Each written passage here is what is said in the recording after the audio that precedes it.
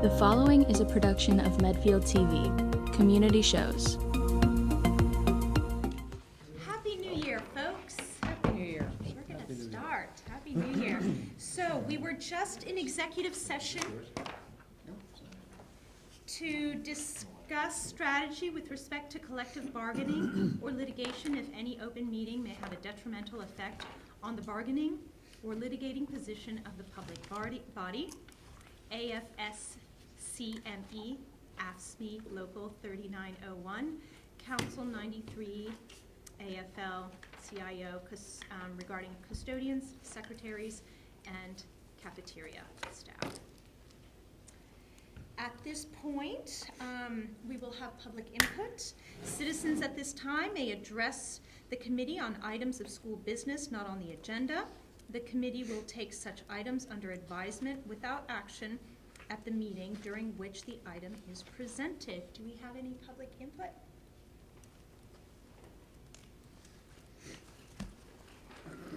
Madam Chair, Chris McHugh Potts. I just have a procedural question. Sure. So I have questions that related to the budget part of the presentation, so I want to just see if that was okay to ask them during that the time. budget? Yeah.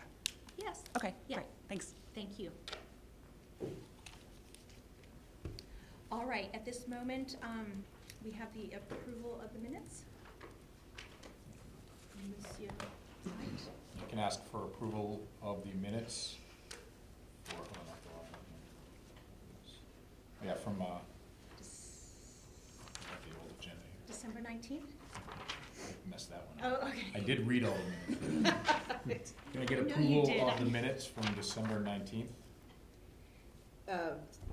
Do you have a motion? A motion. You're making the motion? Can I make a motion? I second. To approve the And you minutes of second, all December in favor? Aye. Aye. All right, passes, thank you very much. And we will move on to new business. And first on our list, the lovely ladies. Mrs. Cowell. Stephanie's gonna be my co-pilot. Okay. So Stephanie Wordley, Guidance Department Chair, and I'm Susan Cowell, I'm the Wellness Department Chair for the district. And thank you for having me here to share with you the results of the 2018 Metro West Adolescent Health Survey. So I've prepared a presentation, which is going to show on the screen beside you, and I'm happy to answer any questions either during the presentation or at the end of the presentation, whatever is better for you. So the survey has three specific goals: to identify the community needs, to provide education based on those needs, and to implement programs to support wellness. So our survey instrument we've been using since 2006, and the questions are based on evidence-based questions that are used on other national surveys. So these are not questions that we just make up. These are questions that are tested questions and are approved. There are 58 middle schools and high schools in Metro West participating, and every community in the Metro West region that's allowed to participate does participate. We had 1,313 respondents, so 94% of our students in grades 6 through 12 responded. Some students were absent, and students were allowed to have parents waive them out of participating, and students were allowed to not participate themselves. But is this in the realm of what's happened, consistently? Yes, very consistent. It's right on there. We've been in the mid-90s, I'd say, consistently. Cool. Yes. The next administration will be the fall of 2020, which is next school year. So is it every 2 years? Every 2 years, yes. So we took the survey in the fall of last school year, and we got the data at the very end of the school year. Stephanie and I got together at the end of the year and briefly went through the data, spent some time over the summer looking through it, and then worked together to put this presentation together. And I'll show you in a second about the other people that participated in gathering the data. So just a little bit about the survey. One thing we know is that young people are just as likely as adults to tell the truth on a survey like this, as long as these three things are in place. And that is that their participation is voluntary, that students perceive it as important, and that they know that their privacy and their anonymity is protected. So the surveys are hand scored, and they remove any surveys that appear to have implausible responses or appear to say, like, students do all of these behaviors, like every single behavior in a negative way, or if they contradict themselves. For example, if in one response students said that they never smoked and then in another response said that they smoked every day, that would be an implausible response. So overall, of the 1,300 surveys, 20 were excluded due to implausible response patterns for one reason or another. So anyone who clearly wasn't taking it seriously, those were hopefully all removed.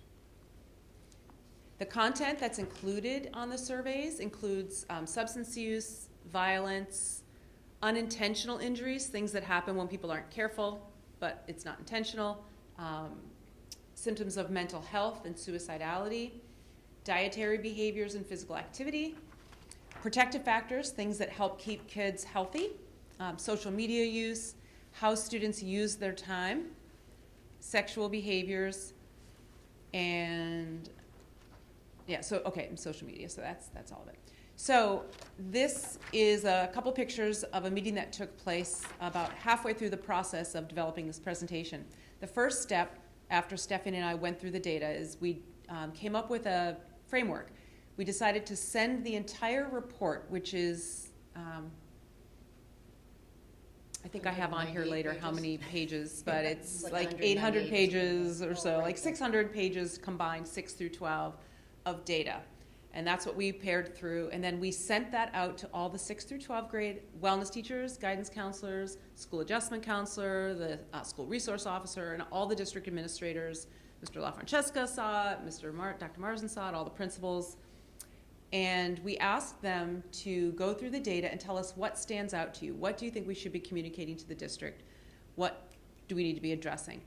And we created these posters that you see on the photos there, and we put them all around the room, and then we invited everybody to come in and do a walk around the room and look at all the data that everybody else had noted, and we just had conversations about it. And so the conversations that took place that day led to the decisions that we made as what to include in this presentation. Is that fairly typical? That is the first time we did that, Okay. and we thought it was brilliant. That was a professional development day, or when? Nope, that was, these are all administrators, so it was right in the middle of the school day. Yeah. So the first topic, so there are two topics that were our key issues that we felt were the two most important things to highlight: substance use and mental health. So we have a couple slides about each. So regarding substance use, this is our first key area of recommended community focus. The big things that stood out to us were, as you can see highlighted, vaping, marijuana, alcohol, binge drinking, and access to alcohol. So those are the topics related to substance use. So vaping has obviously been in the news, and we're all aware that this is a newer substance, so it's not unexpected that it would be rising now rather than in previous times. But it has risen more dramatically in the last since we've been tracking it in 2016, than anything else we've tracked over the 12 years of the survey. And that tracks specifically with the entire survey, right? Like there are things that we have statistical outliers on for Medfield, but vaping tracks with the entire The region? The region, right? That is true for both Medfield and the region. That statement is true for Medfield, that in Yeah. Medfield, vaping has risen more dramatically in the 2 years between 2016 and 2018 than anything else we've ever tracked. Okay. And that is also true for the Metro West region. That Right. same exact, in fact, I believe that's where I got that statement from, the Metro Yeah. West presentation, yeah.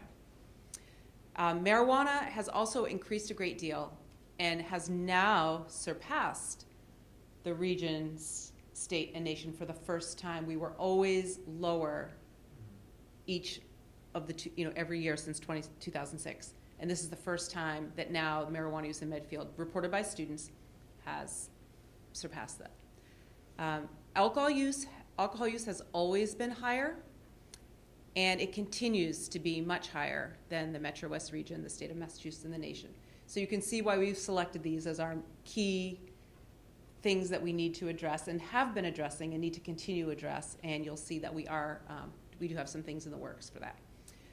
Binge drinking is called high-risk drinking. That's 4 or 5 drinks in a row with the intent in a short period of time. That has also increased. It was already a problem and it has increased. And it's now much higher than the Metro West region in the state of Massachusetts. And you'll see this on the next slide, exactly what I'm talking about. The other thing that continues to be a safety concern for us is the access to alcohol. Very few underage drinkers go into a liquor store and access alcohol themselves without some type of intervention by an adult. So whether the adult is behind the counter selling it, or whether the adult has given them a fake ID, or whether they've accessed it some other way, ultimately, an adult has intervened to some extent. So this is really not just a problem about teenagers, this is a problem about access to alcohol by adults as well. Nearly half of the students who said that they currently drink, when you see the word currently on here, it means that students said that in the 30 days prior to the survey they did this behavior. So a current drinker is someone who said, I had a drink of alcohol within 30 days of taking the survey, which we consider them a current drinker. Nearly half got the alcohol from their home. So some of them got alcohol from their home with parent knowledge. Some of them got the alcohol from their home without their parents' knowledge. But that was their source. Hi. So compared to the rest of the region, the Metro West region, our students are reporting more vaping, more alcohol use, more binge drinking, and marijuana use. I'm just going to let that sit for a minute. So this is a graph by grade. On the left, you can see students from 6th grade up through 12th grade. As the greens get darker is by grade. And the first substance that's reporting on is EVP, which is electronic vapor product. So that's the percentage of students by grade. And you can see that's a very typical, it really repeats itself for all three. You can see the pattern there is very, very typical and not unexpected. The next graph, next chart, shows you how Medfield compares to the rest of the region, the state, and the United States, which is what I was referring to in the text. You can see that our cigarette use is very, very low, and we have, since we've been tracking the data in 2006, our cigarette use has always been less than all the other areas that we're compared to, and it's always been much, much lower. Not only less, but much less. You can see that our vaping is considerably higher than the rest of the country and even the Metro West region. So on the left, the dark purple, the darkest purple, that's Medfield. Then the bright purple next to it, the second one from the left, that's the Metro West region. That's these 58, it's not 58 school communities, it's 58 schools. So it's 26 communities in Metro West. That's the purple. And then Massachusetts and the United States, that data comes from a survey that is very similar to ours, but not exactly the same, but these questions are identical, and so we can compare the identical questions. And on the right is marijuana use, so you can see Medfield is closer, more in line with the rest on marijuana use, but much higher on alcohol use. The trend on alcohol is, you're saying it's going up. We did trend up, right? I didn't show you a trend thing, but the trend data shows that we did go up this time Compared to others. we're Yes. always. Yep. Was there a question that kind of, I understand like the vaping and then is the marijuana use vaping marijuana or? It didn't pair that out. Because I would see that marijuana use would go up Right. if they're vaping. Yes, absolutely, and that's very likely why, and that's a great and point. also- So one of the questions did ask, in terms of marijuana use, how they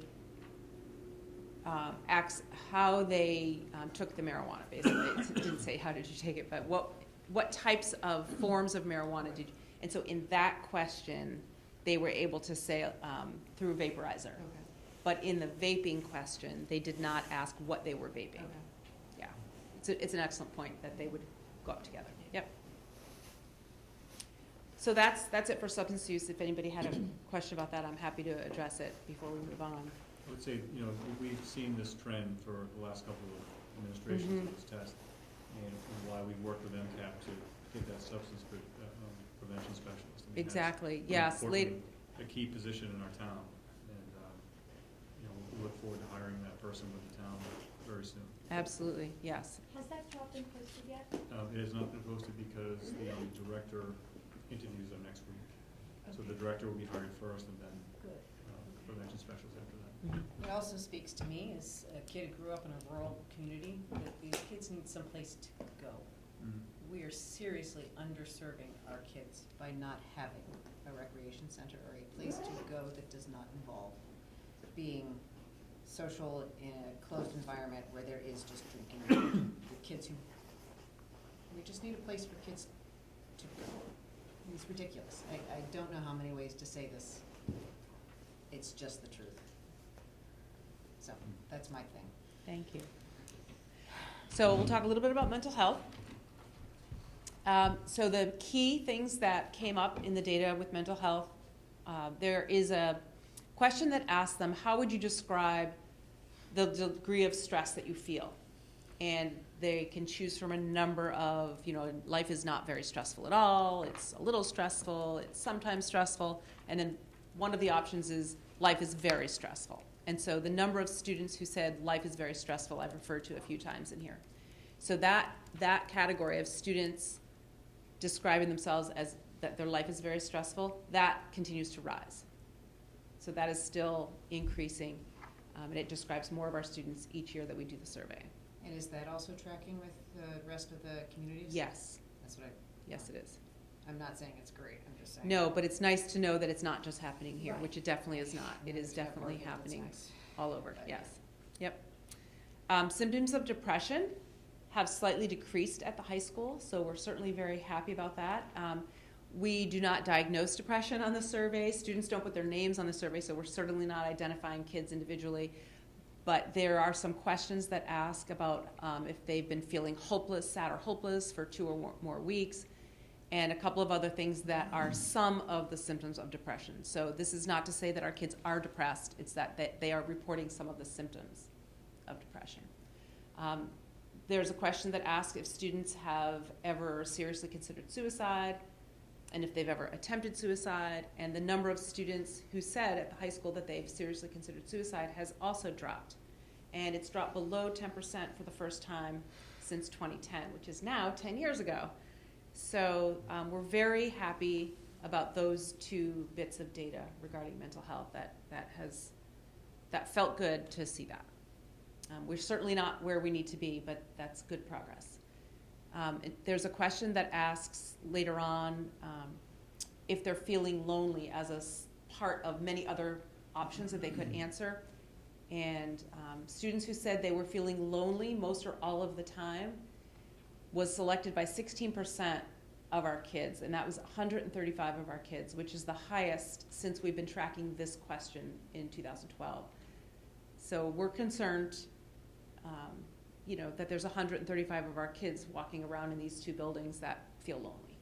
Now, is there a way to differentiate between the middle school and the Yes, high we school? have the Yeah. data split, and I just put it together because it was similar for both, Okay. and so it saved space and was easier to identify together. But at the end of this presentation, you'll see I have linked the full reports, and you or anyone who would like can access all the data from all the reports and can compare each specific thing out as much as you'd like. Yeah. So depressive symptoms, self-injury, and suicidality are all lower than the Metro West region, the state of Mass, and the nation. So while we're really focused on this and we really feel we still have a lot of work to do, we're pleased that compared to the rest of the area, as you can see on this chart, which is a comparison chart, that we are lower in all of these areas. So on the left, it's describing the number of students who said life is very stressful, and you can see that we are a little higher there. But when it gets to the depressive symptoms, self-injury, seriously considering suicide, and those who said that they had attempted suicide in the past 12 months, those are all in the past 12 months, the suicidality and depression questions, that we are lower. Can you tell me, when did we start the referral service that the name is escaping? Interface? Interface. When did we start Interface? We started that, this is the 2nd full year. Second full year. So would that have, it's unlikely that that would have impacted the ability for people to seek services if they were feeling, I'll just be interested to Yeah. see kind of what it looks like and if we've been able to kind of impact our ability to be able to have kids reach mental health services more quickly before things start to spin out of control. to the As point. an aside, all the interface communities got an email today letting them know that, Happy New Year, but we've never had so many calls ever as we've had in the past 2 weeks, and that we are really swamped, and it might be impacting the turnaround with services, so just kind of be aware of that.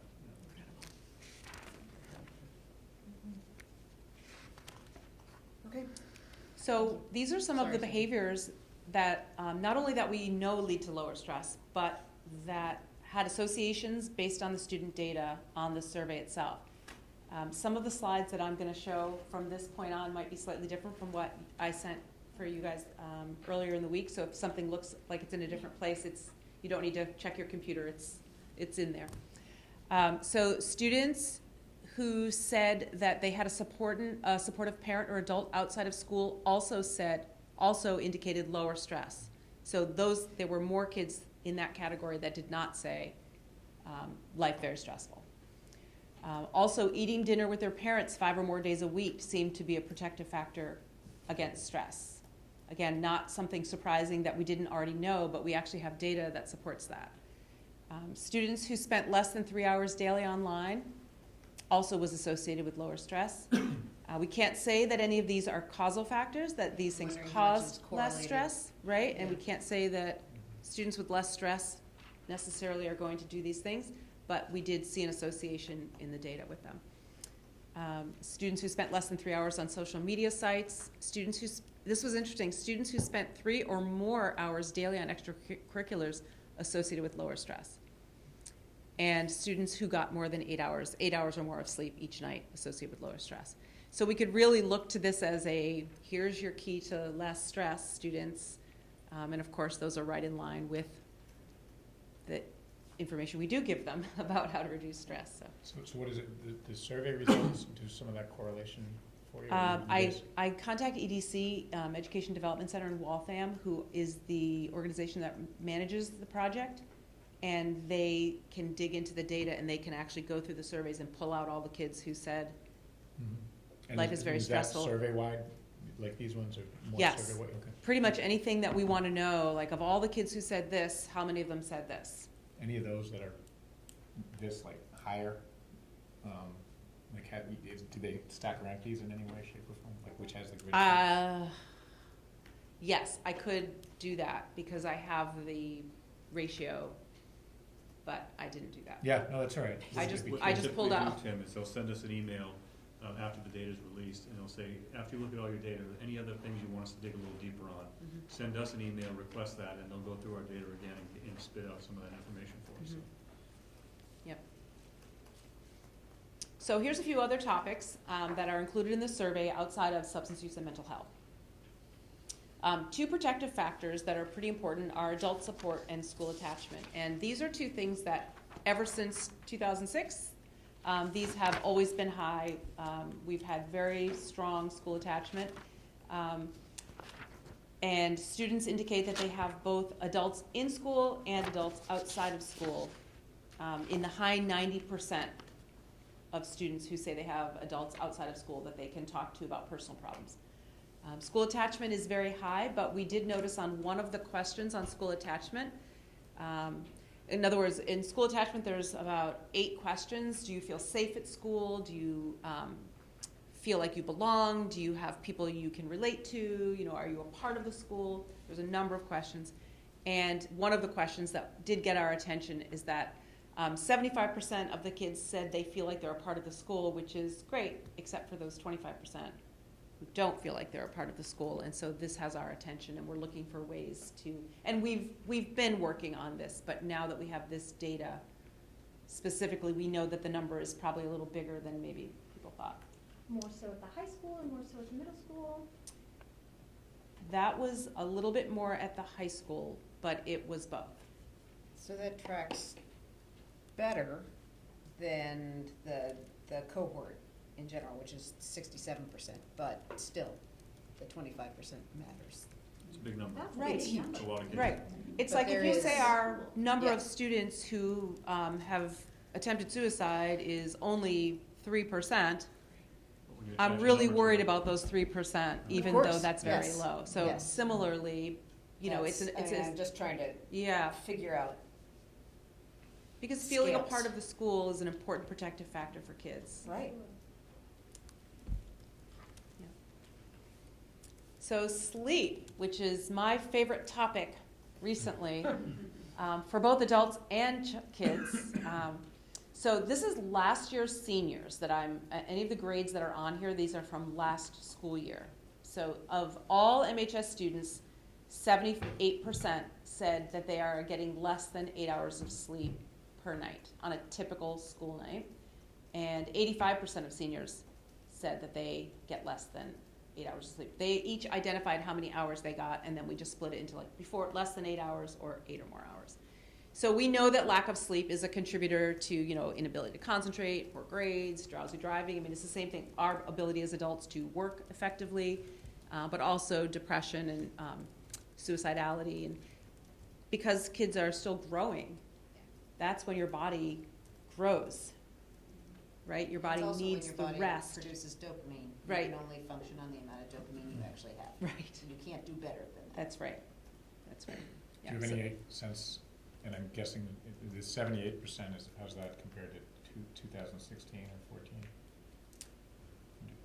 I don't have that on the tip of my tongue, but I think that it's a little bit less. I mean, a little bit more students are not getting enough sleep, but I could find that out. Yeah, none of this, Okay. like, It's actually I have a comment related, like, some of it almost is like, do we have any funding to help do the analysis? 'Cause you could Yeah. lose weeks and weeks just digging in. Yes. And it's more like, what are the key focus areas? And then I'm always curious, are we going up or down, and what's our gap between Metro West? Like, if Yeah. we're going up and our gap is going up. Right. It's not just like if we're going up but everyone's going up, it could be a sign of our culture. But Sure, if we're yeah. going up and everyone else isn't, and it's just Yeah. happening here, we Yeah, want and that would be a lot of work. I'm not, Right. I'm more. No, just we saying, have so, that information. I'm happy to dig deeper on that. That I can, the survey. It's in there. We'll see at some point. Yes. It's just Yep. Time in the day. Regarding Mostly. violence and bullying, the thing that concerned us really on this was that basically 1 in 4 Blake Middle School students reported being a victim of bullying in the year prior to the survey. And 1 in 5 high school students reported being a victim of bullying in the 12 months prior to the survey. And that's pretty high for high school. Typically, the rate goes down more than that when you go from middle school to high school. Now, do they actually define what bullying They is? do. In the Because it- survey, it okay. says bullying is defined as, and then they use the phrase consistently, bullying, want me to look it up and tell you? That's okay, I just It is wonder defined if so that it's- students know when they answer the question, they can, do you Like, do mind they just looking consider at that? And I can trash get back, talk thanks. bullying, whereas I think that's so prevalent. Say it again. Trash talk, for Yes. example, and, Right. so I just wondered if they define It is defined, yes. That's fine. And it's very similar to the definition that's in our policy. Okay, Yes. It's consistent with our policy. It's Right. not word for word the same. right. Another category is verbal harassment. So of Blake students, 26% reported being verbally harassed because of their height, weight, or how they looked. And at the high school, that was 22%. So what's interesting about that is that students are in an anonymous survey in the privacy of their own desk saying that they have been victims of bullying, yet very few are reporting being bullied, and we know that, and we understand that there's a risk to reporting being a victim, of bullying. Yeah, perfect. So, and there's, a lot of research that extends to why, for power struggle and things like that students wouldn't want to report. So here's how it's defined. The next questions ask about bullying.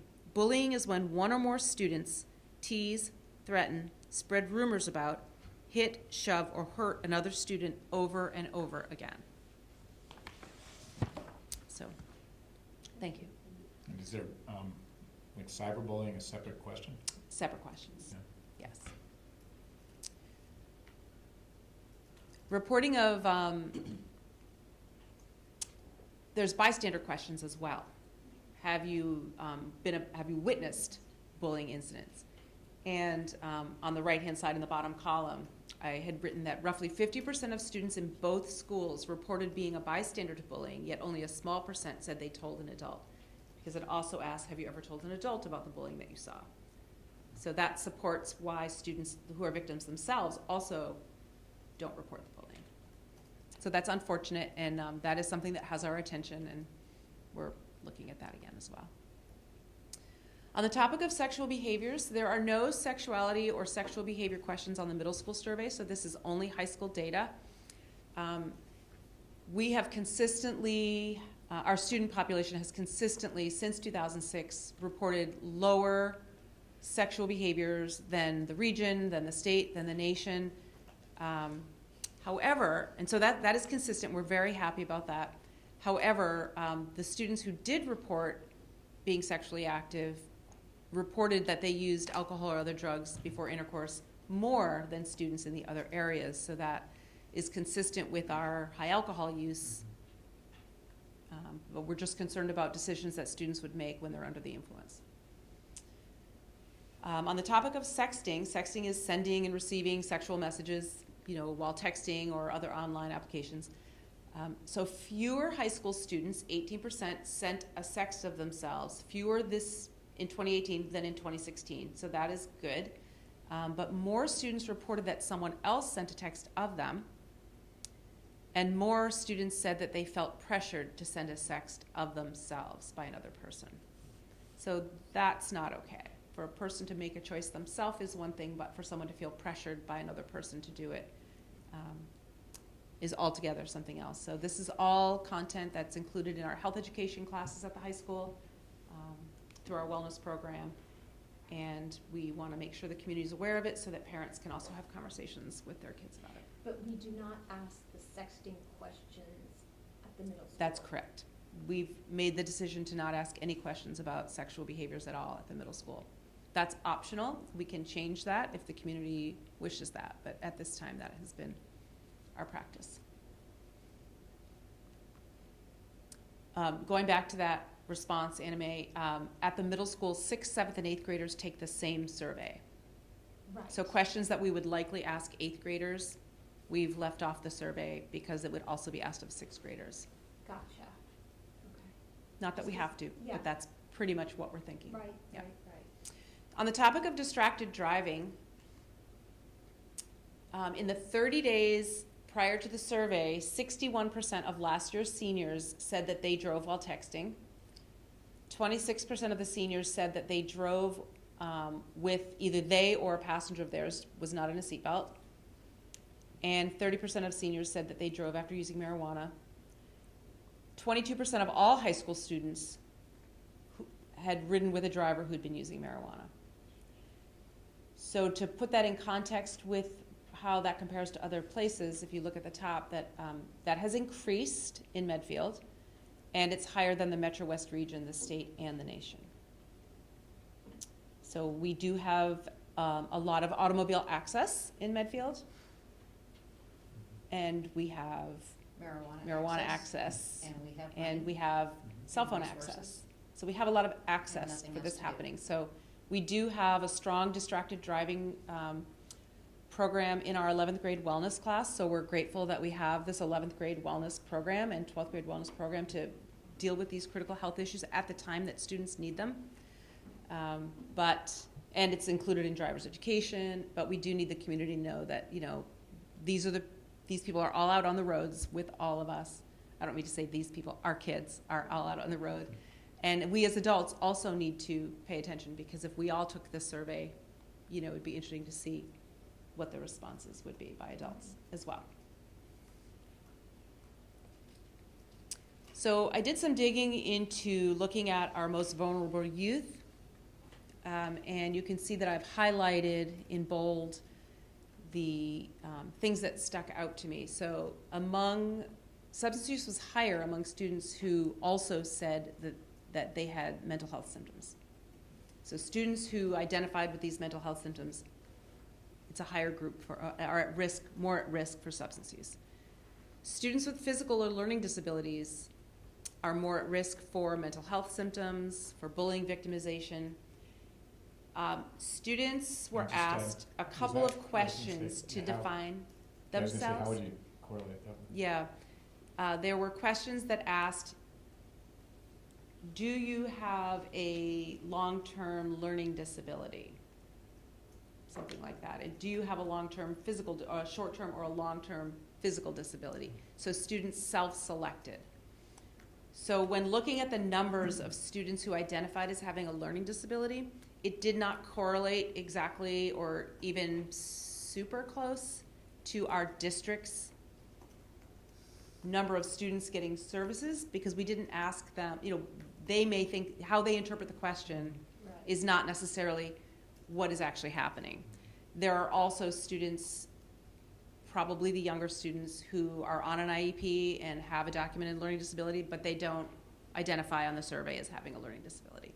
So we can't say for sure, based on who we know has a physical disability or a learning disability, but this is what students reported about themselves.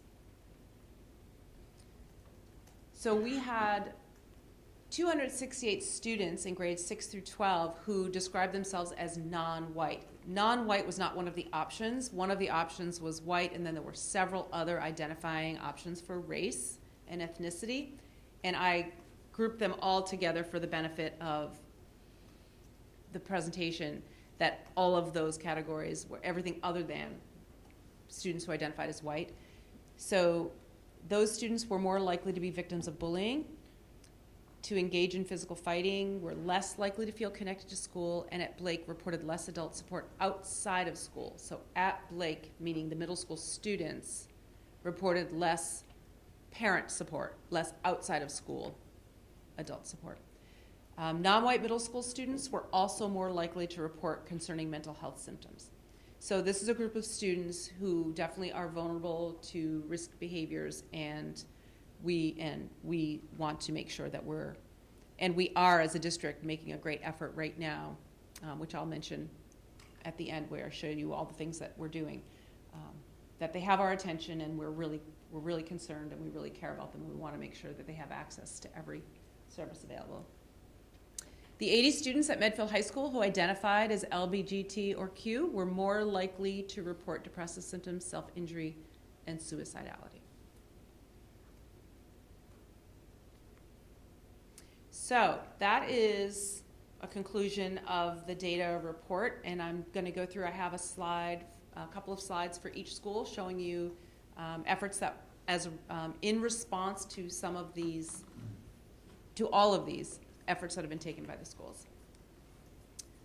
So at the Memorial School, we have whole class lessons on social thinking. So not just social thinking for students who've been identified with needs, but the whole class, universal education. Do you know what lunch bunches are? Okay, so lunch bunches, we have guidance groups. We have 3 different curricula being used at the Memorial School: Open Circle, Social Thinking, and a Choose to Be Nice program. Choose to Be Nice had a kickoff assembly for the whole school. There are monthly assemblies that the specialists run. There are recognition stickers that students receive. So it's a big deal at the Memorial School. At Wheelock, every morning, the students all recite the Wheelock Peace Builder Pledge, and if you haven't seen the morning announcements recently coming from the Wheelock School, you need to ask for a link to that, because it's adorable. The students read the announcements, and the students recite the pledge on video for the whole school to watch, so it's really great. Good news phone calls go home to parents. There's now a student job program for 3rd graders, and they also have lunch bunches at Wheelock. At the Dale Street School, I have a slide for actions the staff has taken, and then actions by students. So this is the staff. We've implemented the Sanford Harmony Social Emotional Learning curricula. It's being piloted in grades 4 and 5 right now at Dale Street. That is for the whole school, universal education.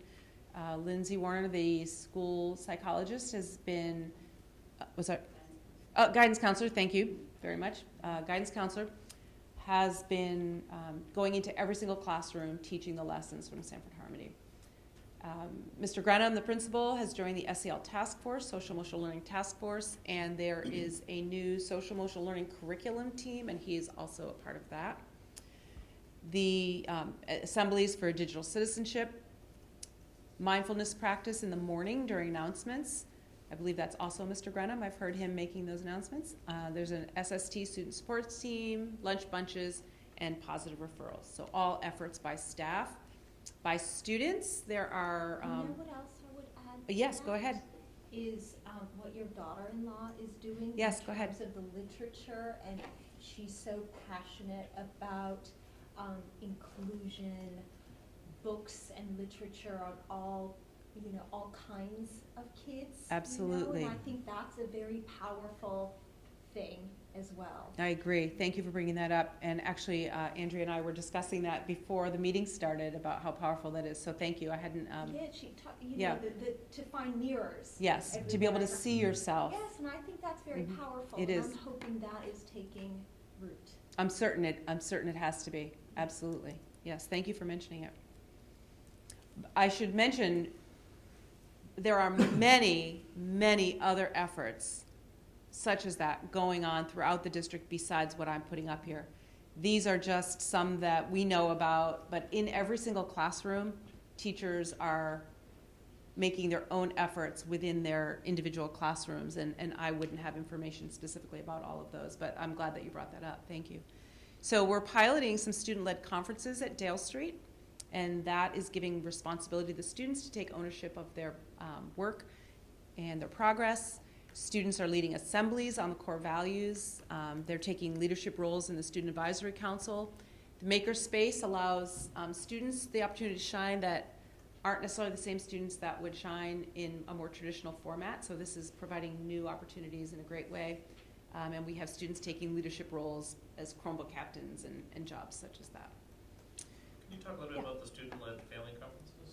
I cannot talk a lot about the student-led family conferences I- specifically, We but can. you guys probably can. Yeah, the parents and, go ahead. So if you want to talk about Sebastian's experience, or Yeah, it actually started with Isabella, who's now a senior, but she started off with Carrie Cowell when she was in the 5th grade. The student is part of the conference, but the student does a lot of self-reflection. What are my strengths and what are the things I need to what are my goals? And I loved how they reframed it versus weaknesses. What are my goals? And even with Sebastian, the last couple of years at Dale, they're part of the conversation, and it's wonderful and it's empowering, and it's not wait outside while mommy has a chat with your teacher and then I'm busted, so it really is empowering, and I thought it was very fruitful. I have to say, I so admire, I am sure that it is so much harder for the staff to help engage the child within their learning for the conference, because they clearly, both the kid and the teacher put so much work into it.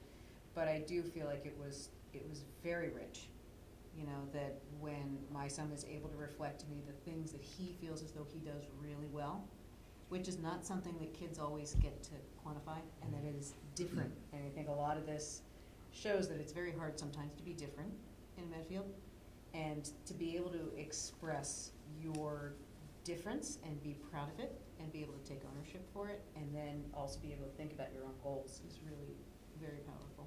And it's not as though then you never get to talk to the teacher and she's like has to send you eyeball messages about the things that are really important, that really need help. I mean, you do spend some time with the child outside of the room if you would like to be able to have those more adult conversations about where things are going. But really to watch my son, personally, I can only reflect that, show you what he does well and what he wants to learn more about is so much more valuable to him than having us kind of go in and just, have a chat. So, It's wonderful. it's wonderful. Very positive, without a doubt. I was able to sit in Leanne DePisa's class last year when they were preparing for those. Right. So the kids would have their Chromebooks, essential questions, and they would fill out what they think in a reflective manner, and what they think they're doing in certain areas. And they had it all in the Chromebook, and that was what they were gonna use for the conference. It's great, Yeah. just great. I mean, just really showing leadership at a young age. Yeah, they're told to find their file Mhm. and pull it up, and so you're watching them navigate. It's fantastic. And I think that the level of just assumption that you are entirely competent to be able to tell people who you are and what you can do is something that sometimes maybe we lose a little Mhm. bit, that we have to really kind of be sure that we're allowing kids to express themselves and show you what they can do. Very empowering. Great.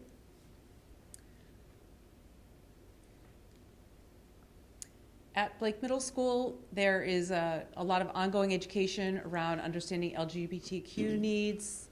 We are going to have Colby Sweatberg back again this year for community and parent and staff and student training, so that's fantastic. We have increased our participation in Blake's GSA, Gay Student Alliance, so that's really been fantastic.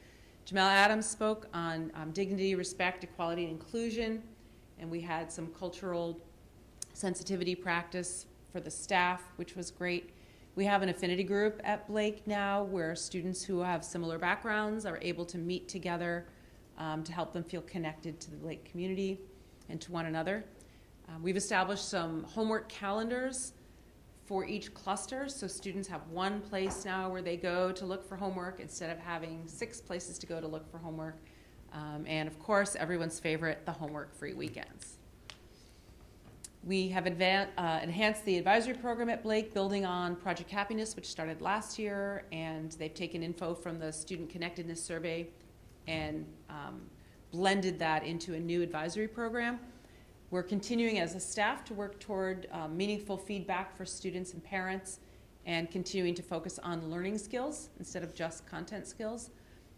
In terms of vaping, Bob Clark was in for a parent training last year, and there are plans for student community education again in 2020, this year. And school resource officer did some student assembly on vaping last year. We need to make sure we get Bob back again to do a larger Yeah. presentation. He did the athletic night, I think it was the fall last year or the spring, I forget which one it was, Mm-hmm. but he's excellent. Fantastic. He's excellent. Yeah, that's great. We will continue the SOS screening and the SBIRT screenings in 7th grade. SOS is signs of suicide, so that's a screening for students to be able to get help if they want at that time. And SBIRT is a substance use screening, and those are both, the SBIRT screening is done one-on-one with the school nurses. With every student in the 7th grade, it's like a 5-minute conversation, and SOS is done in their classrooms with, and you had Samaritans come in to run that program with the 7th grade, which I understand was fantastic. And there are several Blake teachers and principal on the SEL task force from Blake. At the high school, 2 administrators are on the SEL task force. We're looking at student wellness, staff wellness, and school schedules. I've left off of that. I can see parent and community engagement. Wellness education is now in grades 9 through 12, and that's to better address the critical health needs of older students. And as you've seen in the whole presentation, that we certainly have more reason now than ever for that to be an important and essential part of a student's whole curricula, whole education.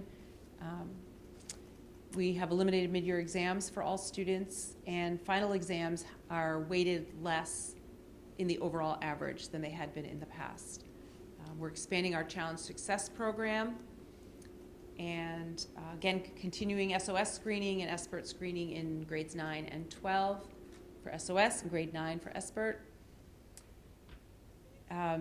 There has been targeted training for all faculty as part of the Challenge Success program. We've revised the advisory program a little bit so that there's a mentor model for all grades, and some of the themes are developed in order to lay beside the Challenge Success program so that they're working simultaneously. There was a school-wide survey for by Challenge Success. A big change on our report card beginning this year, that the comments have all been redone, many of which reflect social emotional skills. And that has been a really big change, and something that was a year's worth of effort by the faculty to come up with that, and Mrs. Mendoza. The RISE classroom continues to support students that are returning to school for any health reason. And we have district-wide efforts going on. I've mentioned the SEL task force. That is a district-wide initiative. So we're looking at the same categories I mentioned. We have a new curriculum committee. It's an SEL curriculum committee. This came out of the SEL task force last year, and this year, Dave Wordley, who is the director of the RISE program and also SEL director, as well as the director of student services and curriculum instruction and innovation, and myself, we're all on that committee with some other folks that are going to dive in deeper looking at SEL curriculum. I'm sure I've left some people off. I know Mary Brule, Special Services, Student Services is a part of that, I've said that, as well as Pam Forrester from the Memorial School. So Jeff alluded to this earlier. MCAP, Medfield Cares About Prevention, is a community organization that we both are a part of. And that organization, thanks to funds from Medfield Foundation, we were able to hire someone to help us write a grant for a drug-free communities grant. So Medfield Foundation helped us purchase a grant writer who helped us to actually win the grant. And we are now going to be able to hire a substance use prevention specialist for the community. And as the data points to, we certainly have a need for this throughout the community. So this is a really wonderful, wonderful thing, and we're very appreciative. I mean, And there in have some been a ways, number. kids spend most of their time here, but this is such a community issue. I mean, this is, Yes. we can't solve all of this. We can throw all the pasta at the wall if we want Right. to, but unless there's, you know, a cut down of access and an increase in awareness, and actually choosing to believe that some of these behaviors are as dangerous as they say they are, Mhm. and that our kids are acknowledging that they Mhm. are. If we don't kind of push past that, then we're not gonna fix any of it. That's right. We're educators, so we educate students. We do our best to educate parents. We have access to the students, so we're able to survey the students while they're in school, which is why we have the data. Right. But you're right, it's not, It has to be everyone. it's a community issue. Yeah, thank you. Yep.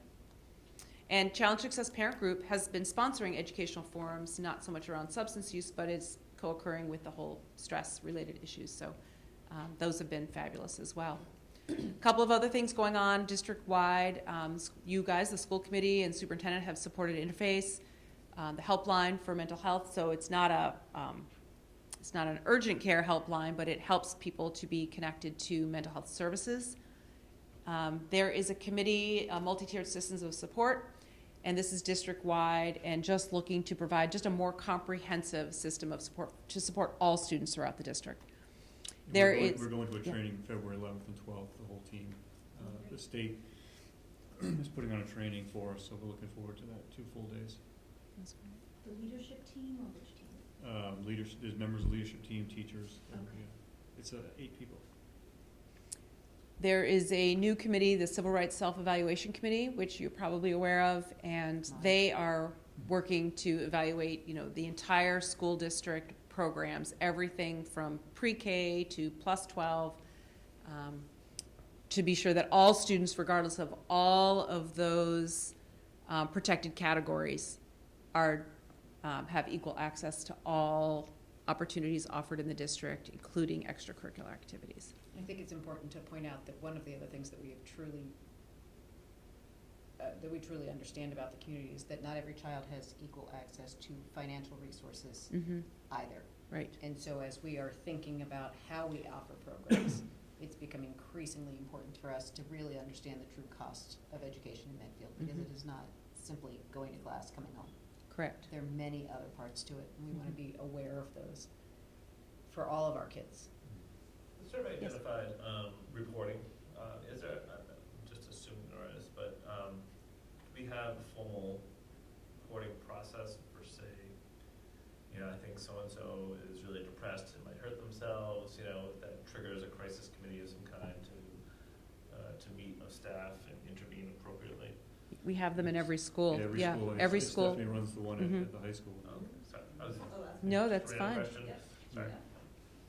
Yep, every school. You meet weekly, and includes guidance counselors, school resource officer, adjustment counselor, school administration, and the nurse.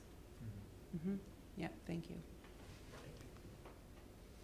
So hopefully this looks familiar to you. This is a promo for our interface, and you should be seeing these all around town and all throughout the schools. So many people in this room were very instrumental in getting this put together, so we're very, very appreciative of everybody who's pitched in to help. So we're starting a Twitter campaign, and the first tweet went out today, and this is our new strategy that Stephanie and I came up with. It was probably Stephanie's idea, but I said, great idea, let's do it. And we've decided that we are going to send out tweets intermittently about this survey data. We were waiting until this meeting so that we would make sure that you guys had seen the data ahead of time. And we would love you to continue to retweet the data when you see it. So we're going to send it out, and then we're asking Dr. Marsden, and at Medfield High School is Robert Parga, the high school principal, to retweet what we send out so that people in the community, we just have one more way of getting the message out there to people who are on Twitter. If I send it out, only people who follow me would have a chance to see it. But if we can get it to a broader audience, we're thinking that it'll just stay on people's minds more than just once every 2 years for a presentation. So the first one was this data was being presented tonight, right? That's right. That's the first. Yep, I sent the first one out from downstairs I liked earlier. it, but didn't retweet it, so. I noticed that. I noticed that. Thank you. I can do that later. So when we get the go-ahead, we'll go ahead and tweet out the presentation. Perfect. But in the meantime, we're going to tweet out pieces of, because it's too much. When you're on Twitter, you just want to see a little thing. Right. So if you have any questions, you can certainly email Stephanie or I. You can follow us on Twitter, and those are 2 links to the full report for both the Medfield High School survey and the Blake Middle School survey, and you're welcome to access the full report at any time. Right now, it's here, and this is our first step, and then it will be on the school website. We haven't actually discussed that, but I'm sure Yeah. that's what it was from the last You time. just Google it, you find it, which is good. Yeah, the What's that? 2018 one is on our website, so, or the 2016, yes, 2016. yes. So, But this is the first, I just linked it just now, and it's gonna go out, so, yeah. And you can also find the, kind of the full summary report for all of the communities very easily on the website. Yes, as if you well. just search So it at really Metro does West. help kind Mhm. of break down and give you comparisons around. Yes. Mhm. Digging into that all day. Absolutely. So how are those, we got the grant, correct, for the vaping, Detectors. detectors? And also, I know there's starting, the nurses are starting some work with some prevention, because there are kids who, Right, we have Really students who have can, there are students who wanna quit, yeah, and this is an opportunity for them to participate in a program to help them do that. versus a punitive. Yes. Correct. Mhm. Okay. Campbell, I'm wondering, what are your thoughts? I on knew some you were of gonna these? ask him that. I was gonna throw myself right in front of you because, oh my So God. did Campbell. What? There's a lot of, I know, There's a lot I'm of just. thoughts. There's a lot to unpack Yeah, If there's there. anything I in know it particular- is, but it's just your initial thoughts. I mean, I'm not asking you to bust Um, anyone, but. I mean, a lot of that data seems shocking on the slides, but it doesn't really, it seems fairly accurate. Yeah. To be honest. It doesn't, Jives with your experience. from, I mean, you see what you see a pretty wide range of people, even Yeah. outside your friend group, and it seems pretty accurate. If there's anything in particular, I can probably answer, but I don't know, I know you want, it's, No, just your, there's a kind of lot your of- gut reaction, so just they seems seem to pretty jive honest, and, yeah, yeah, responses. yeah. Do the vaping numbers shock you? That's shocking to me. And if you walk up and down Pine Street, it would not shock you. Honestly, You see all the. Jewels See everywhere. the cartridge too. Think about it, it's tiny, and it's an amazing hit of nicotine, and nicotine is a fantastic anti-anxiolytic, right? And when that's something that's So- a problem here that. And you become more and more addicted to it because you don't ever have to stop. Like on a pack of cigarettes, you have to stop at the end of one unless you're a really good chain smoker. But with a vaping cartridge, you don't have to. Just put a new You one. never have to stop.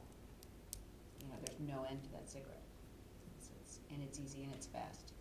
I definitely, I don't know what the statistics said about if it's been increasing or not. Recently, I've personally seen a decrease. I don't know if that's because of the recent news or I've personally seen more people that are trying to quit, like you said earlier with the program. But it definitely is still pretty common here. I think it has been since like sophomore year, for sure. Yeah. They kind of went unnoticed for a while.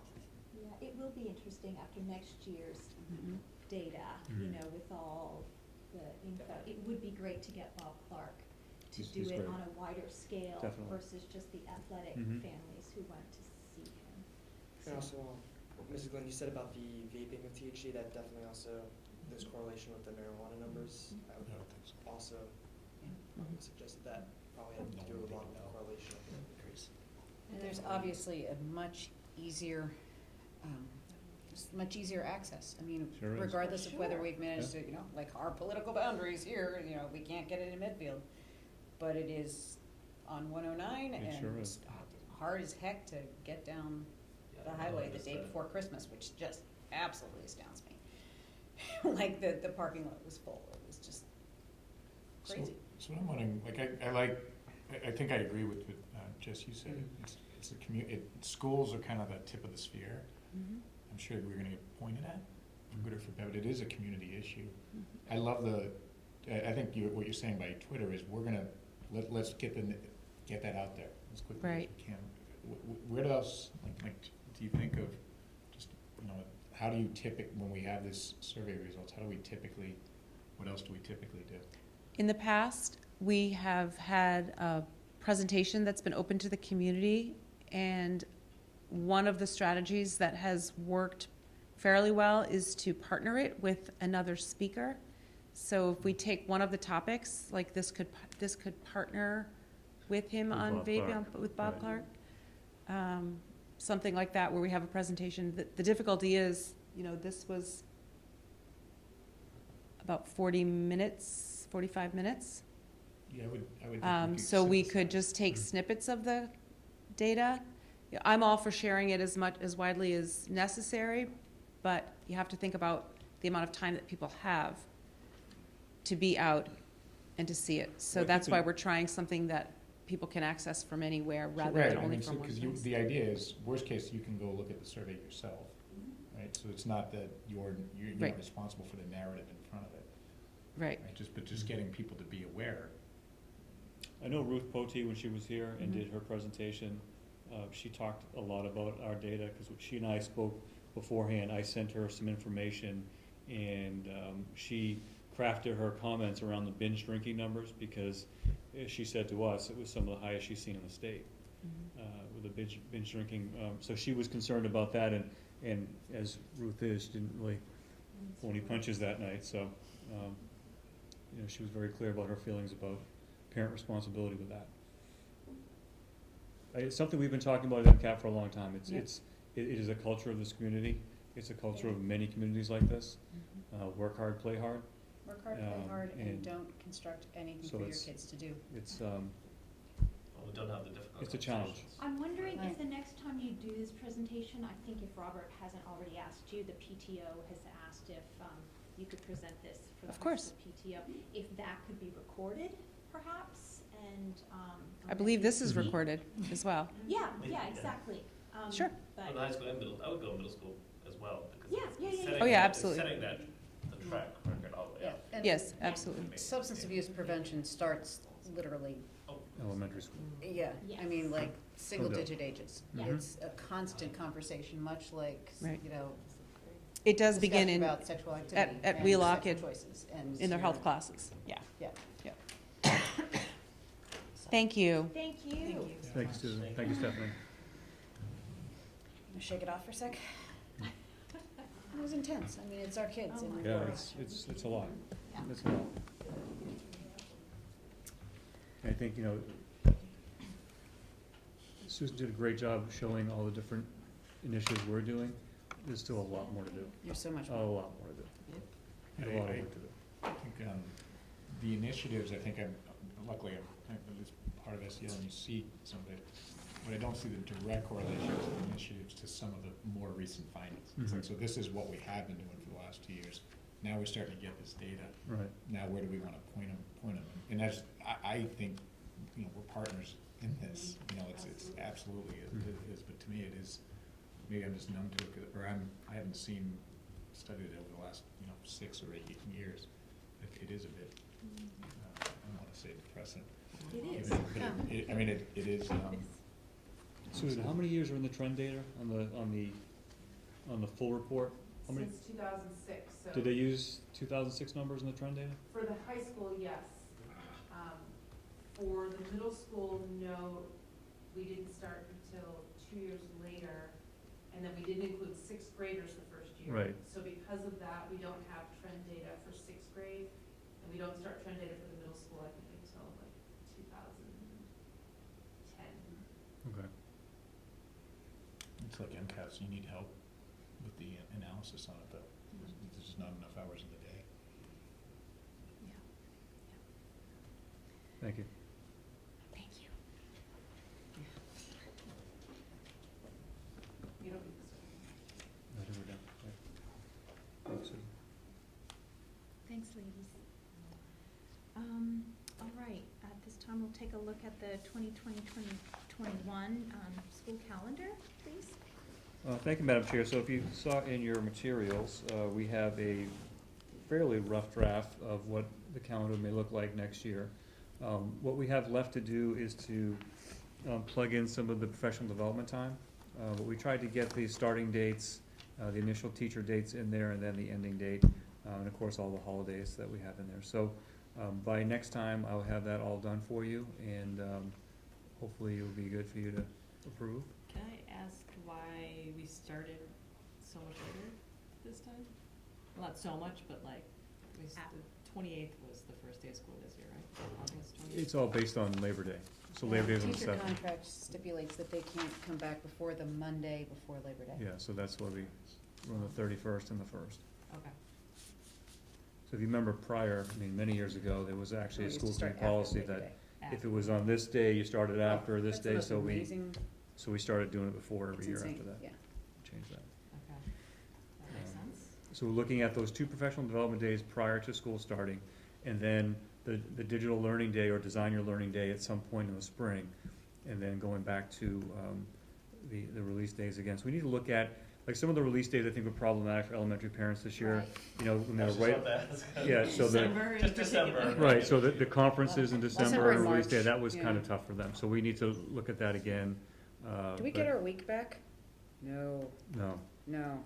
It's, it's truncated even. Mm-hmm. There's barely 3 weeks between them. So we'll have to figure that out with conferences and make sure that, you know, we are cognizant of that. That was the first year this year was the first year we've done that, so we got some feedback that wasn't great, which we understand, so Yeah, I mean, We'll it's make some changes. just on a kind of a perfect storm. So if you have any questions between now and our next meeting, let me know, and, but we're gonna work with the leadership team to try to plug in some of these days, and then your materials next time will have the second draft, which you either approve or we'll go to the meeting after, whatever you would like to do. Okay, Great. thank you. Thank you for considering the comments of Yeah. those elementary school Absolutely. parents. Alrighty, and, the addition of the February school committee meeting. So I'd ask you to consider adding a school committee meeting on the 27th of February. And based on what we're doing with Arrow Street and Left Field, they timed that out as a good time to do a presentation of the education plan. So I think that would be, you know, as it relates to Dale Street. So if you could do that, that would probably be, unless we have other business, that would be the agenda item for that. Arrow Street would be here, Left Field would be here, and we would do a brief presentation on where we are with the education plan that needs to be submitted in beginning of April. Is that something that the full district committee should be here for, or is that just for our Oh, the information? building committee? Yeah, yeah. Oh, I'm I sure don't that, know. I'm I sure those mean- folks will be here too. Okay, okay. Yeah, Yeah. yeah, absolutely. So So I ask that you, if the 27th works for you folks. do we have a motion to approve the additional school committee meeting on February 27th? Motion to approve. Do we have a second? Second? All in favor? Aye. Thank Okay, you. thank you. And then another change in April, we originally scheduled for the 2nd, and I would ask that you consider there's different conflicts going on the 2nd, if we would consider moving that to the 9th of April, which is the following Thursday. I motion to approve that as well. Second? I second. All in favor? Aye. I'm just We need to trying make put it sure in my that calendar that just to Cable make 8 sure. knows that as well, so we don't have what happened. Yes. Oh, right. Yeah. Medfield TV. I'm sorry, yeah. We're changing Medfield that. TV. Changing dates. Yeah. Thank you. Super. All right, the Accept Collaborative Annual Report. Thank you, Madam Chair. So in your materials was the Accept Collaborative Annual Report. Because we are a member of Accept, the new law that was passed a couple of years ago, every school committee has to receive a copy of the annual report and then just approve accepting it, and that's it. That's all you have to do. We'll be doing the same thing for tech probably next month, when they get their report. So they did a great job highlighting all the programs. I mean, Such a great it's report. a really good report. Visually pleasing. It's really nice. Succinct, beautiful reporting. So, other than, it. other You than, know, the other services than our are all right, transportation too. issues with them, I know. No, they're certainly very the good. report is Their good. services are very good in terms And we see some familiar faces in here. You do. Yes, we do. Very sweet. Yep, we see some more students, we see our superintendent in there, so, yeah, there's some faces in there. So I'd ask that And you parents. approve that, and then we can send a letter to Accept, letting them know that you looked at it and approved it. Do we have a Motion to approve. Okay, thank you, Jess. A second? Second. Thank you, Leo. All in favor? Aye. Thank you. I have no other, there's no other new items. Okay, great. That is a nice report. Old business, Dale Street project update. So I'll give you a couple of tidbits, but anyone else can please jump in. So we've had a few meetings in the last couple of weeks or so, going over site selection last night and having some conversation around, you know, what would be the best place to build a new school if we do build one. One of the interesting things about MSBA is that no matter what the building that you are either trying to replace or not, you have to go through an ad reno phase of looking at existing buildings and existing conditions. So that is mandated by MSBA. So we had consultants on site right before the winter break, the 18th and the 20th, I believe, the 2 half days that we had in December. And they went through all the HVAC, the heating system, the actual building itself, went through everything. And then they're gonna write a report and give that to us on the existing spaces. They feel like clearly we need a new school. Yeah. Based on that, but that will come out officially. So that's one part. One of the things that we had this week also was looking at, the Educational Working Group had another meeting with David Stephen, the consultant from New Vista Design, and got some real great input on, you know, what the priorities are, if you're a parent, if you're a teacher or whatever, whatever role you hold, and put that all together, looked at some of the goals that we would have as a district and what folks felt about that. So we felt that it was a 4-hour workshop that went very, very well.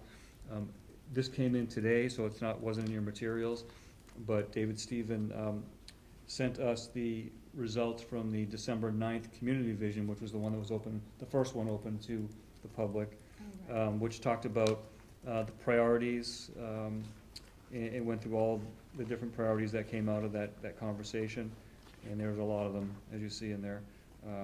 But this is a really good document that shows what the community felt at that first visioning session, so I just want to pass out a copy to everyone that you have, and we'll put this on the website as well, so that everyone gets to see, you know, what was talked about at that meeting, if folks couldn't be there. Talked a lot about the future-ready learning goals that evening as well. So it's all the results that came out of that evening. So it tells a pretty good story. And I think that's where, you know, we'll have another public one again in February, which will allow folks to have more conversations and provide more input.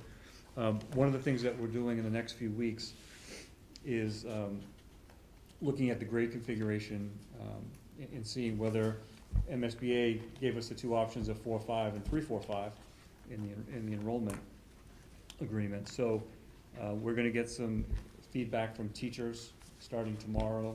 They'll get a survey, and that'll go to all elementary school teachers and all elementary school staff, and get some feedback from them on, you know, what are some of the opportunities, what are some of the challenges, what do we need to think about in terms of grade configuration, whether we change it or not?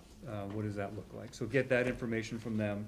And then the following week, which would be, I think, the week of the 17th, so the week of the 17th and the week of the 21st, we'll be sending out a similar survey to the community, to parents, and get that out as well, and try to get that same information around grade configuration. So once we get all that data, and this is something that Jess had mentioned to me a couple weeks ago, let's try to capitalize on the fact that we have a pretty good showing at the public hearing every year, right? So Yeah, the that's public probably budget our, hearing, yeah. that's probably our biggest, attended meeting of the year, the public hearing.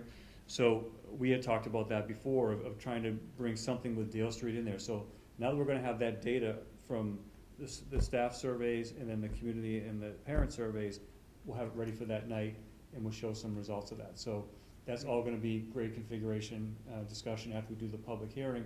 And then if you want people to provide more input at that point, then Yeah. you can certainly do that. But that'll give everyone, a lot of stakeholders, an opportunity to talk about grade configuration prior to that meeting, and then we'll provide an opportunity. So that was something that Jess had mentioned, which I think is a great idea. Absolutely. I mean, it makes total sense to do that. And we're gonna use different vehicles to get it out to the community. We will. Beyond our school walls. We will. So I'm gonna reach out to Pete and see if he can put that in his blog.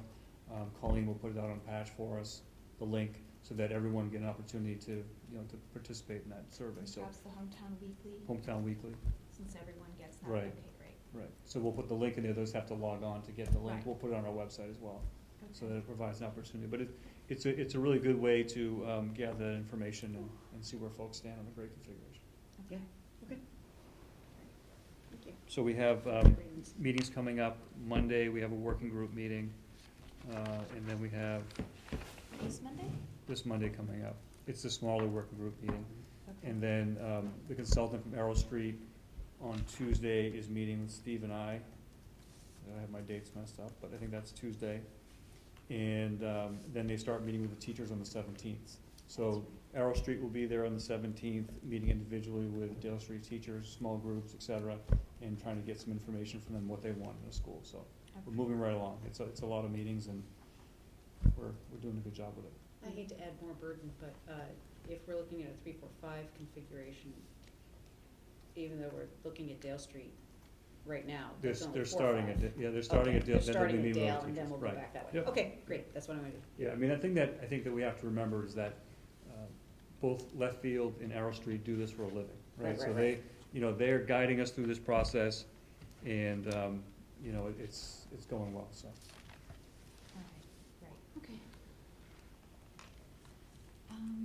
FY 21 I budget. don't know if Leo Oh, or you or sorry. Michael, anyone else wants to add anything, but folks are all part of that, so. No, I don't wanna- I'll echo that the process has been extremely involved, and it's definitely evolved from the times, the other projects I've worked on, particularly the focus on the programmatic approach to Mhm. the building itself, by far. It has, and MSBA had done a large reinvention of themselves, They sure did. about halfway through this, I can't remember what year, but I'll say at least 6 or 7 years ago. Mhm. Right. And so the process, even when we were speaking with them, and their focus on the importance of our community and how personal the building was to the community and so on, I think it has been impressive, and it's been reflected through the process as well. So, Mhm. Agreed. I can't say enough about that, and it's reflected in this report. I think people will appreciate this report. Mhm. One of the standouts from the, what night was it? What day? Tuesday? That was Tuesday. The Tuesday, every night there's been something. The ed planning meeting, what I appreciated most was, first of all, David is a supreme facilitator. And, but the parents, the staff from various schools, admin, facility people, specialists, townspeople, Board of Selectmen, warrant committee, Mhm. there were lots of voices during the ed planning, and we had some great exercises. So I thought that was a very positive experience. Some of the other requirements you also see that I've also appreciated is the focus on preventive maintenance, which is a requirement.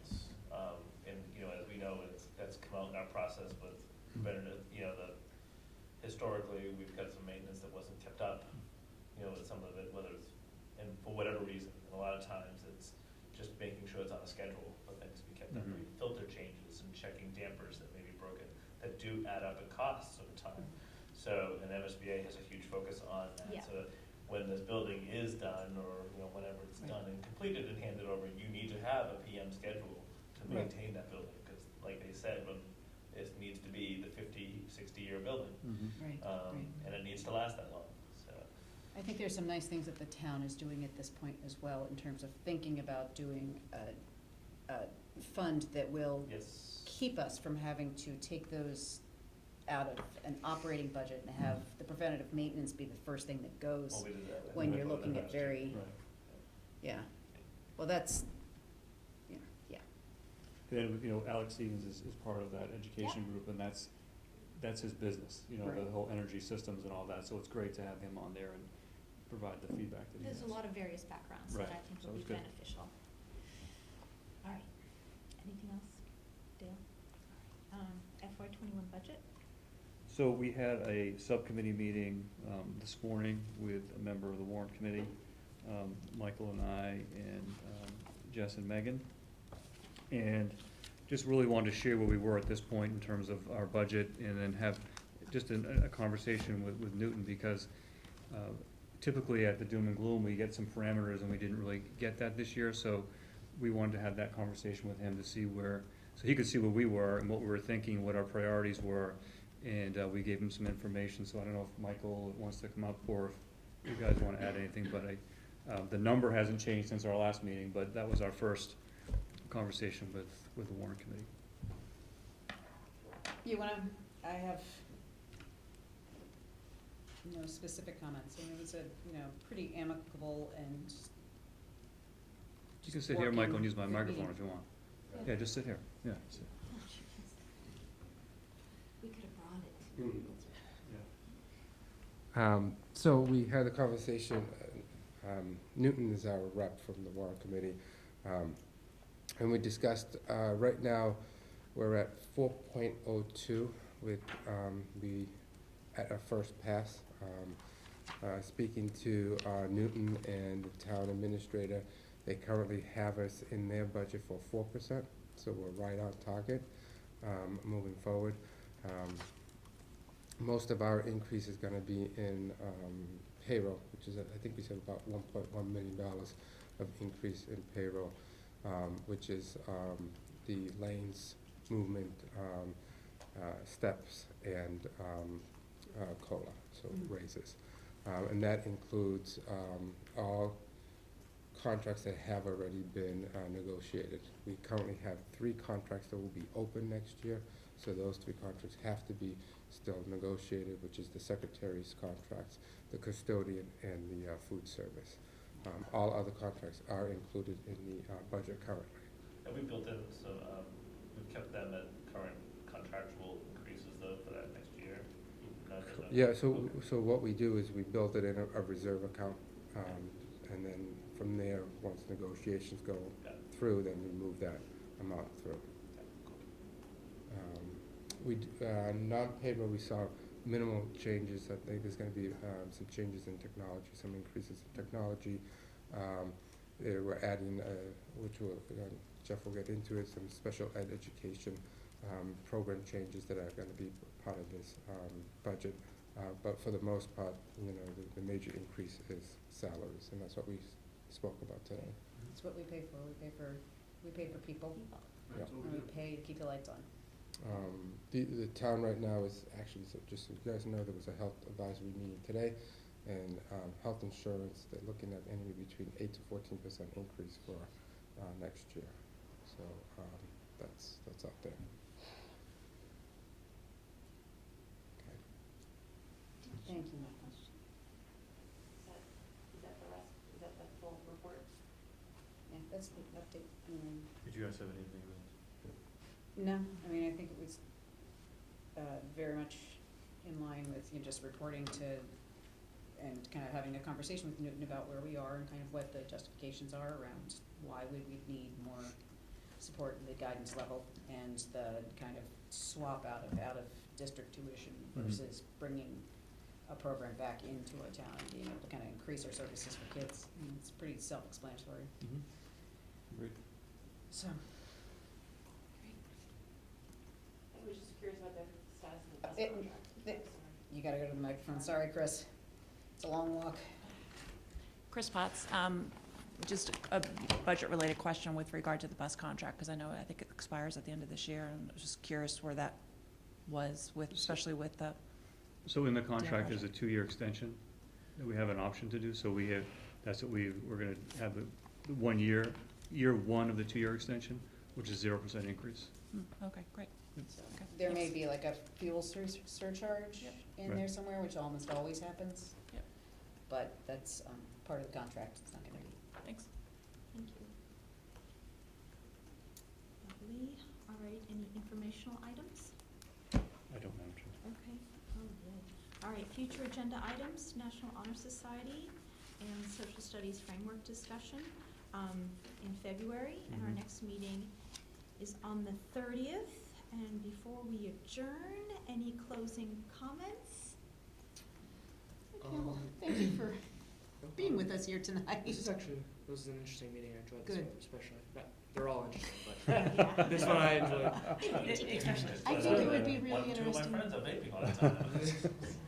It's, But, If, your friends are just as welcome to know this information about of course, their classmates and themselves Actually- as we are. It's not a high-level discussion, it's a discussion for you guys. I think the Metro West data is actually really interesting. I had a teacher last year.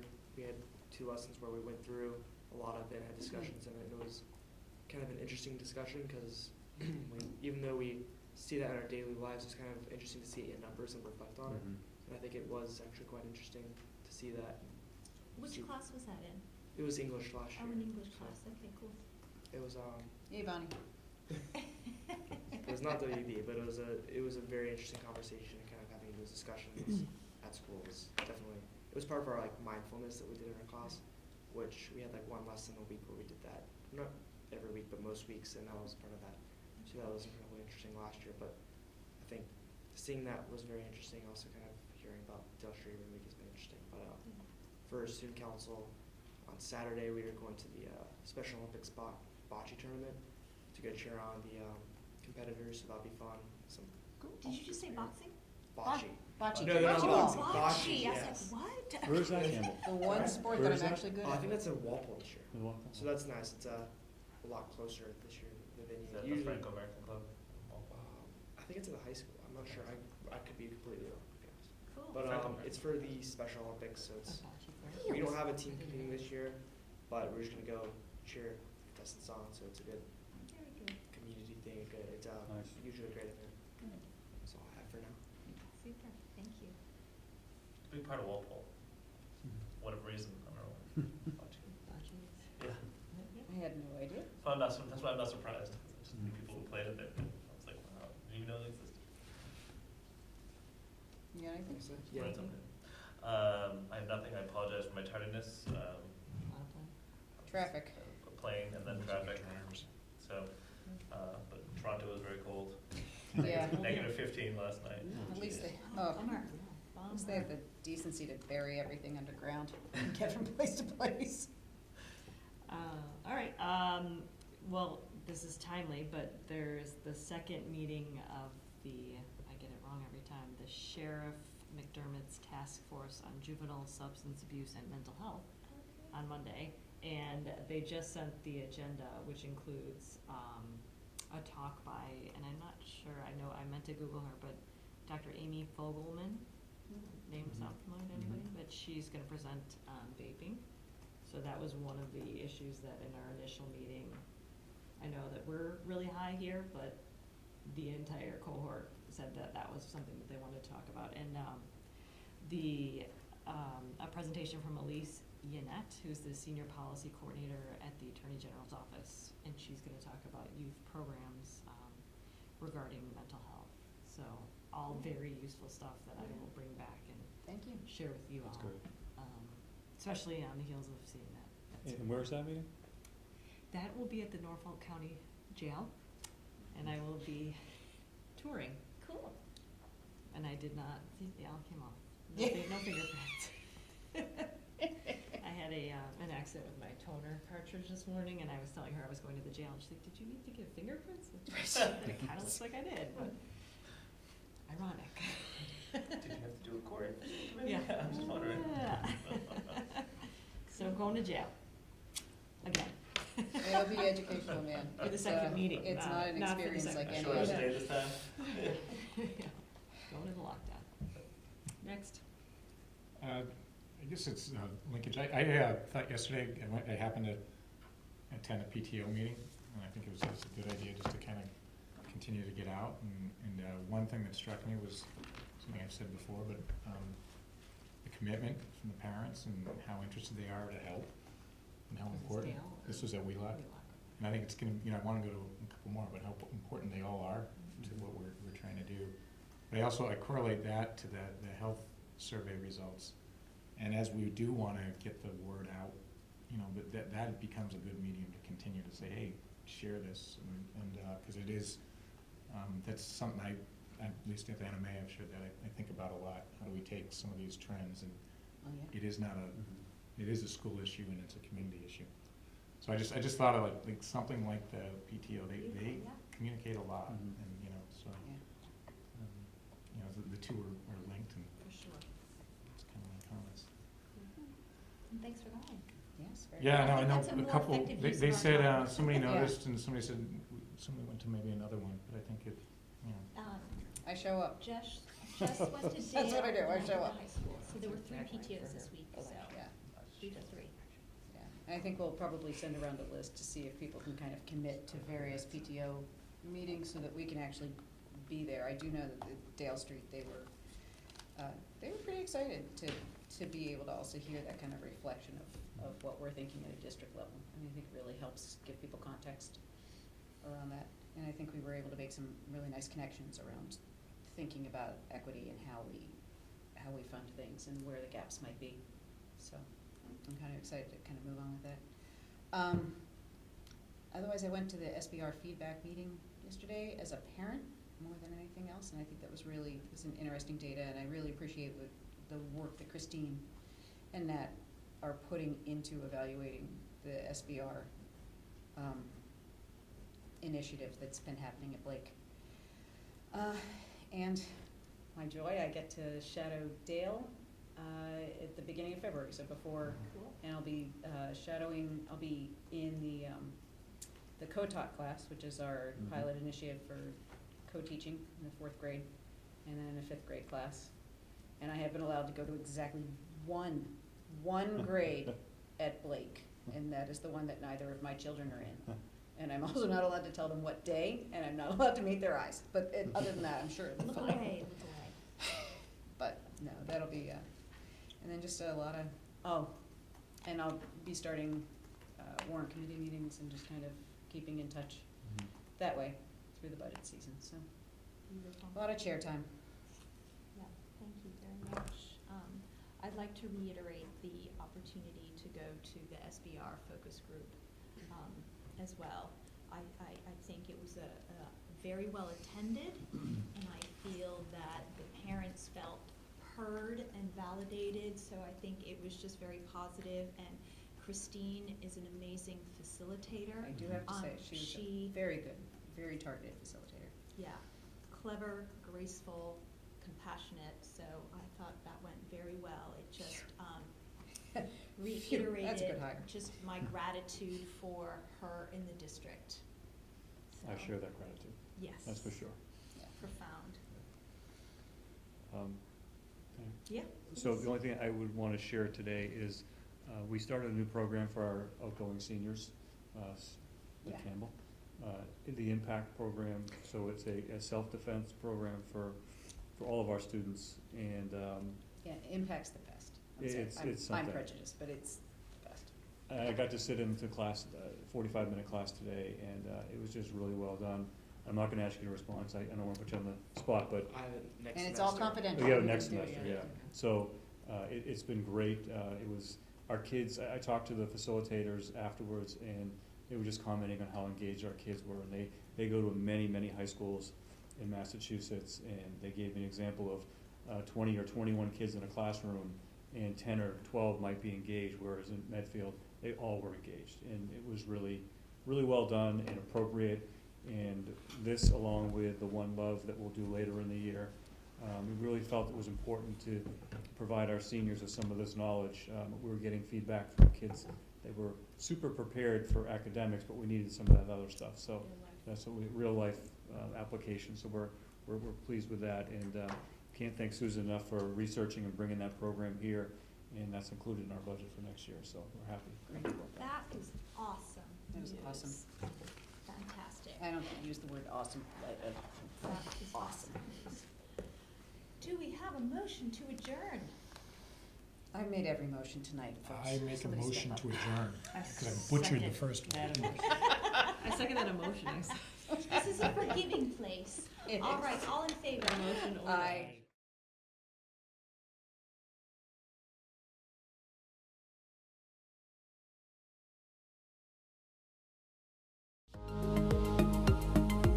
The proceeding was a production of Medfield TV, Community Shows.